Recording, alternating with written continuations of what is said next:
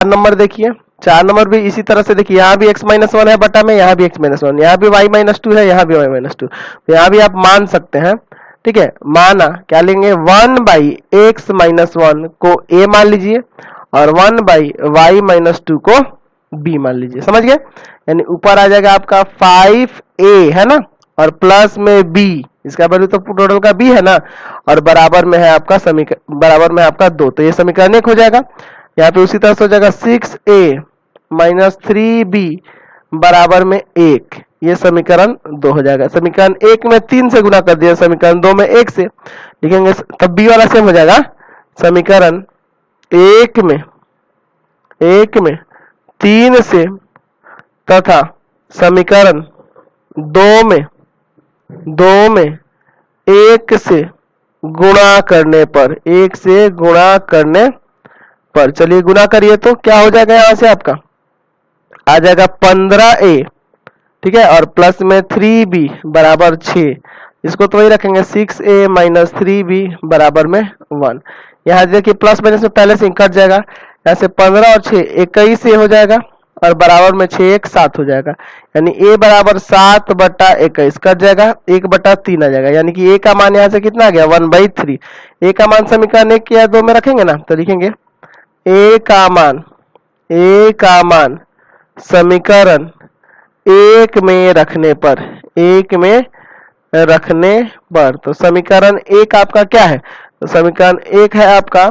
5a plus b बराबर 2, 5a plus b बराबर 2, 5a plus b बराबर में 2, a के जगह रखिए 5 और a का वैल्यू यहाँ पे क्या है 1/3 प्लस b बराबर में 2, यहाँ की 5/3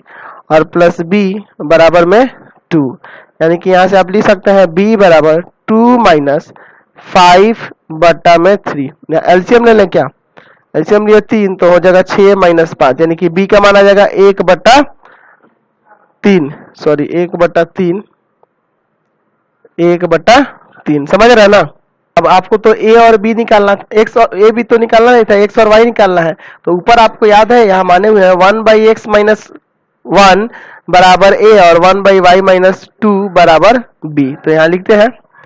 यहाँ चूंकि आपके पास ऊपर है 1/x माइनस 1 बराबर a और 1/y माइनस 2 बराबर है b, यही ना था आपका। चलिए अब a और b का वैल्यू रख देते हैं, तो a और b का वैल्यू रखिए 1/x माइनस 1 बराबर a का वैल्यू आया है 1/3, यहाँ भी 1/y माइनस 2 बराबर में b का वैल्यू है 1/3, दोनों का 1/3 है, क्रॉस मल्टीप्लाई करिए, x माइनस 1 बराबर 3 और यहाँ से y माइनस 2 बराबर 3, तो यहाँ x बराबर हो जाएगा 3 प्लस 1, यानी कि x का वैल्यू आ गया 4, और यहाँ y बराबर हो जाएगा 3 प्लस 2, यानी y का वैल्यू आ गया यहाँ से 5, x का 4 और y का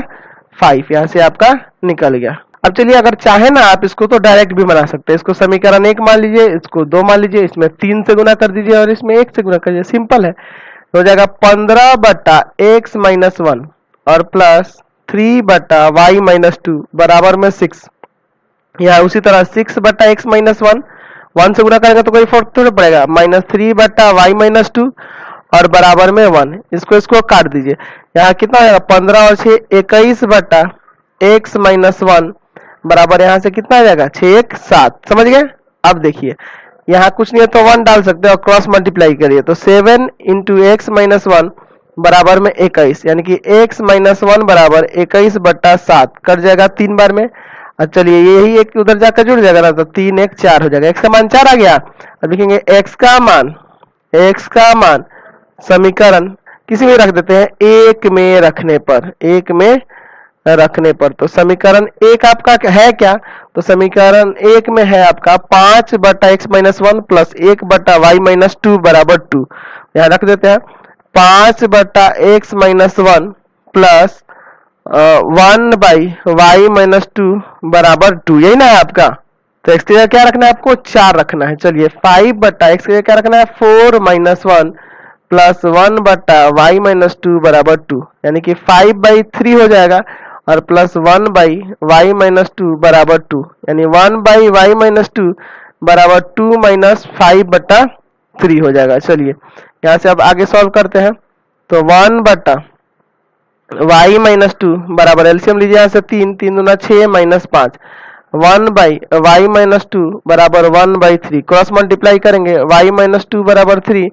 y बराबर आ जाएगा 3 प्लस 2 यानी कि y का वैल्यू आ गया यहाँ से 5। तो यहाँ से भी देखिए तो वही आ गया कि नहीं, x का वैल्यू आपका आ गया है ऊपर 4 और यहाँ y का आ गया आपका 5। क्लियर है। तो दोनों तरीका ठीक है, लेकिन इसमें जो है फर्स्ट तरीका से ही बनाना है। क्वेश्चन में ऊपर ही कह रहा है कि आपको क्या करना है, रैखिक समीकरण के युग में पहले बदलना है और तब इसको हल करना है। तो ये रैखिक समीकरण युग में नहीं बदले, हम लोग डायरेक्ट बनाए हैं।